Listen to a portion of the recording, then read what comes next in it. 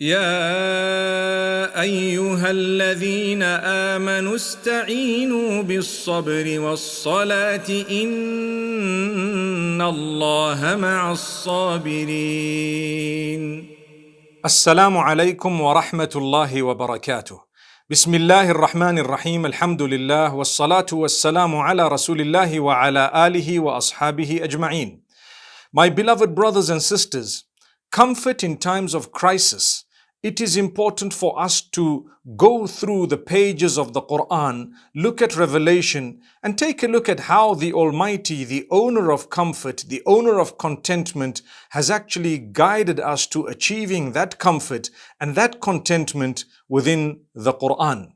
So the opening verse, if we were to look at it, Allah subhanahu wa ta'ala says to us, بسم الله الرحمن الرحيم الحمد لله رب العالمين الرحمن الرحيم.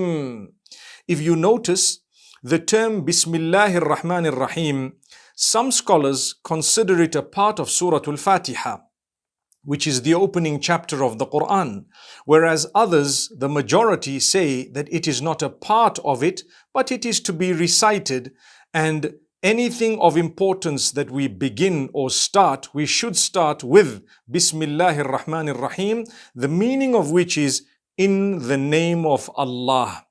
So in the name of Allah we commence. When we start anything in the name of Allah, automatically we have a sense of comfort. Subhanallah. Start anything in the name of Allah, automatically we have a sense of comfort. Then Allah chooses two of His qualities that He wanted to be repeated again and again. So this is why Allah subhanahu wa ta'ala carefully selected those qualities that depict the height of comfort. What are these qualities? They are the qualities of mercy. A mercy that is common for all the creatures of the Creator. And the second quality is a mercy that is specialized. A specialized mercy for those who have developed the correct relationship with that Maker. So He says to us, in the name of Allah, the most merciful, the most merciful. Both of these names are extracted from the quality of mercy. So if you look at Bismillahir Rahmanir Rahim itself and think about it, Allah could have chosen any other qualities to actually have there, because obviously He has so many names and qualities. But He chose the qualities of mercy, two types of mercy. Usually we say, in the name of Allah, the most beneficent, the most merciful. So if Bismillahir Rahmanir Rahim is considered a part of Surah Al-Fatiha, as some of the scholars say, then these qualities have been repeated. And look at what Allah says. He says, praise be to Allah, Lord of the worlds. That too is a very, very interesting choice, and divine wisdom of Allah is in play. It's Allah's choice. It's His word. He says, all praise is due to Allah. That's how He chose to start the Quran, with the praise of Allah. When you praise Allah, you achieve a lot of comfort, my brothers, my sisters.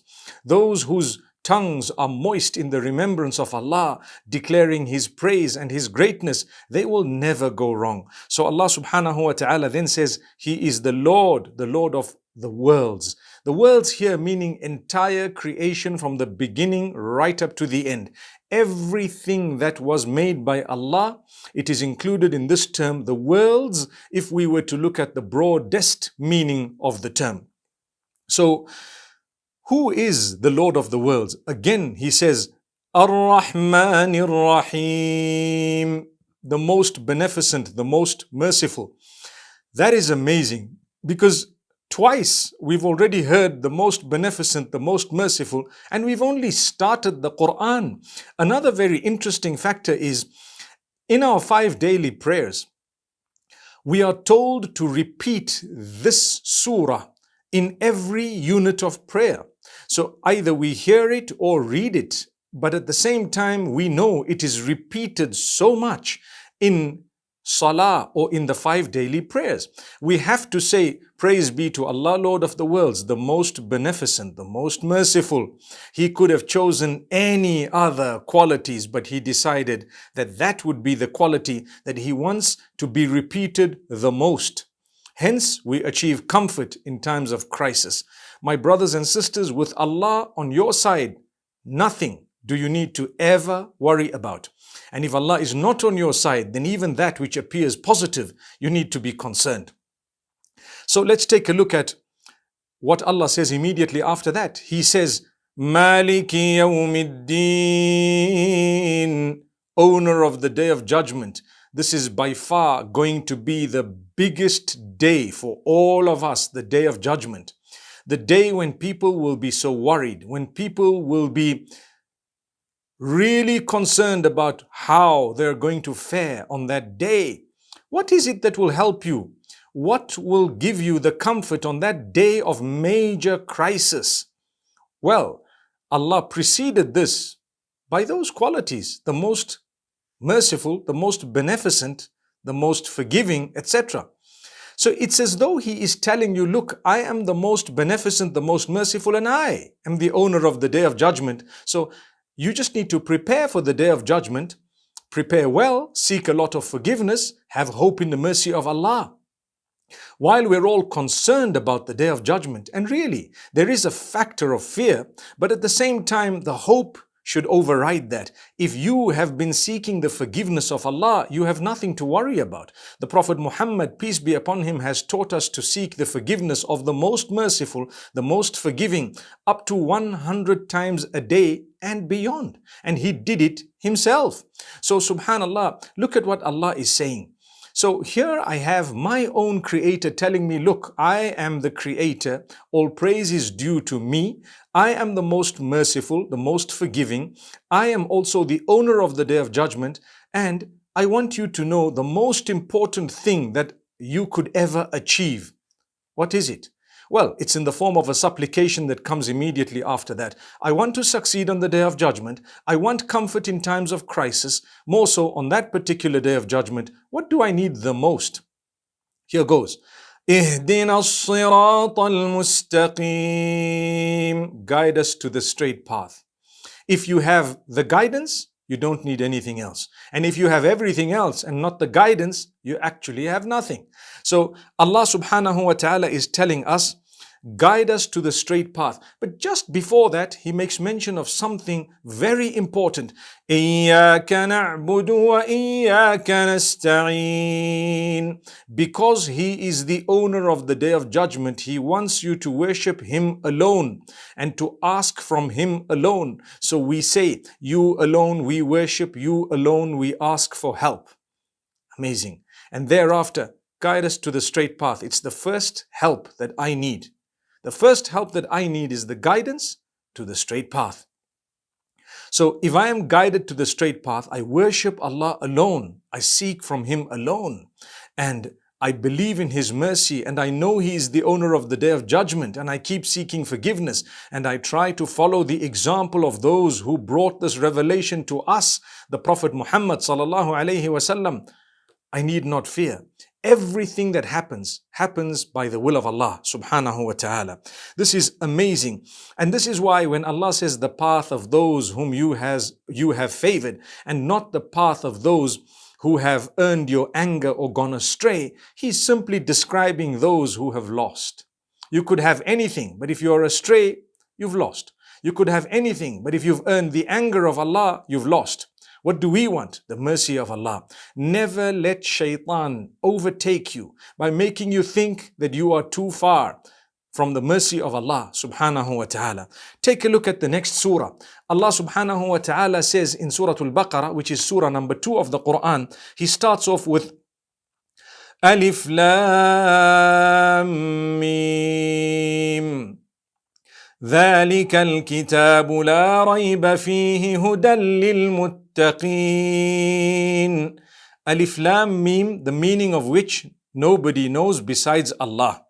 ذلك الكتاب, this book, no doubt, in it there is guidance for those who have taqwa, who are the muttaqeen.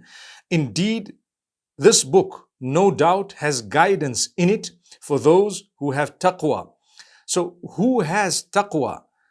Allah subhanahu wa ta'ala describes this so beautifully by saying that taqwa, actually the people who have it are those who believe in the unseen.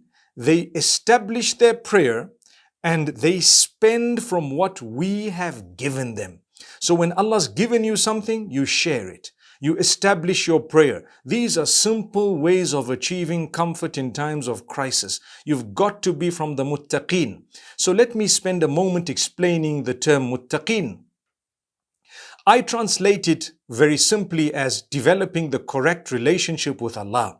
So Allah says guidance for those who have developed the correct relationship with Allah, those who love Him enough to stay away from the prohibitions and who fear His anger or who fear getting into the bad books or the wrong side, and so they fear the punishment as well, which is there, but out of the love of Allah. When you love someone so much, you don't want to anger them or you don't want them to be upset with you. So those are the ones who have developed taqwa. They are conscious in everything they do of Allah subhanahu wa ta'ala. So Allah says, in this book there is guidance for those who have developed the correct relationship with Allah, because there are others who will read this book cover to cover. It doesn't even move them. It hasn't changed them. It did not teach them a thing. They didn't change in any way.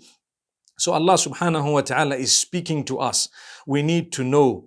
Let's seek the help of Allah. Let's pray. And let's spend from that which Allah has given us. And let's believe in Allah. And inshallah, we will be able to attain beautiful comfort during every difficulty. And that comfort will be given to us by Allah subhanahu wa ta'ala. And Allah subhanahu wa ta'ala speaks about those who have faith and conviction in the last day. They know, they believe in the last day. May Allah grant every one of us goodness. أقول قولي هذا وصلى الله وسلم وبارك على نبينا محمد.